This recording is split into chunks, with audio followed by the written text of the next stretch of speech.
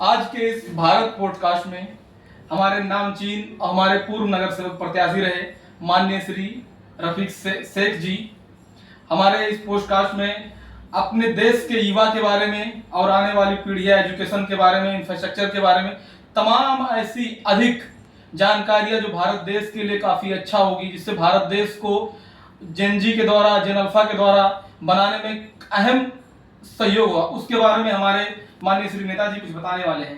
Please कृपया करके भारत के युवाओं के बारे में, भारत की शिक्षा के बारे में एंड बहुत सारी चीजों के बारे में आपका राय क्या है, आप क्या कहना चाहते हैं देश के बारे में? किस बारे में जानना चाहते हैं? हम जानना चाहते हैं शिक्षा के बारे में। आज का जो सबसे बड़ा प्रदर्शन है, सबसे बड़ा मुख्य है शिक्षा, एजुकेशन है। देखिए, नमस्कार, मेरा नाम मोहम्मद रफीक शेख है। अभी मनोज भाई ने जो सवाल पूछा उसका जवाब देना चाहूँगा कि जेन जी ने जो आंदोलन किया आज पूरे देश में, कॉकरोच जनता पार्टी के द्वारा या जेन जी के द्वारा, जो उसका हम पूरी तरह से समर्थन करते हैं।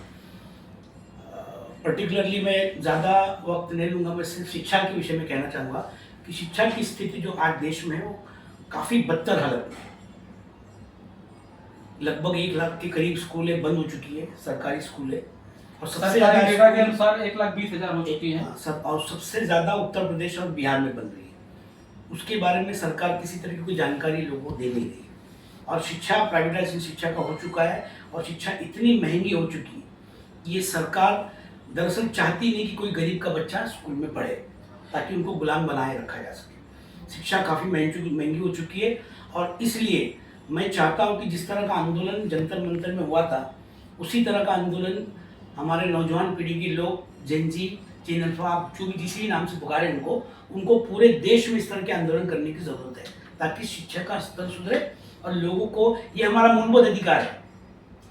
हाँ, लोकशाही, लोकतंत्र ने जो हमें अधिकार दिया था, उसमें शिक्षा का, मुफ्त शिक्षा देने का एक संविधान में प्रावधान था, जिसकी आज तक किसी भी सरकार ने उस पर अमल नहीं किया। तो ये हमारा मूलभूत अधिकार है, और मैं समझता हूँ कि शिक्षा लोगों को मुफ्त में मिलनी चाहिए। अभी आपने सुना होगा, नेपाल में एक नई सरकार आई है जिसने पूरी तरह से शिक्षा को फ्री कर दिया है, मुफ्त में शिक्षा लोगों की।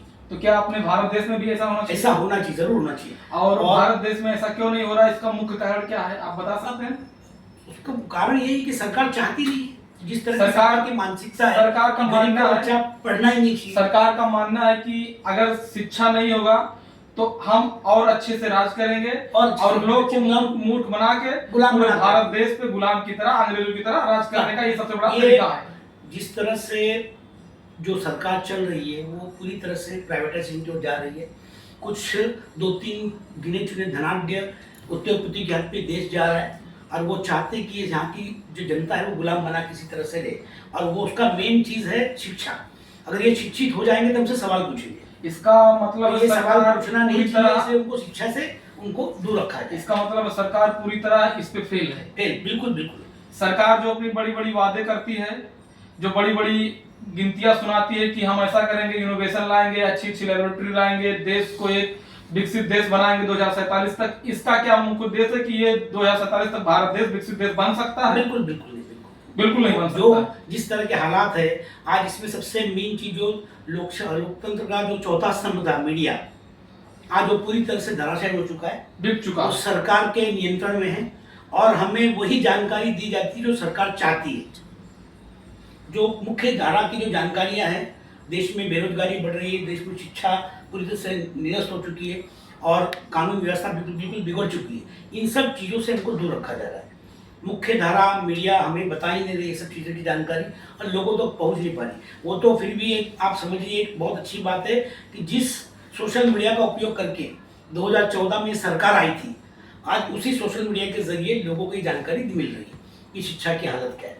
वरना अगर आज हम मुख्य धारा, जो मुख्य मीडिया के भरोसे होते, तो शायद हमें ये बिल्कुल जानकारी मिल भी नहीं पाती। तो आपका कहना है जो जेन जी प्रोटेस्ट कर रहे हैं काफी अच्छा रहेगा आने वाले समय में? बिल्कुल। ये आज लोकतंत्र की जरूरत है।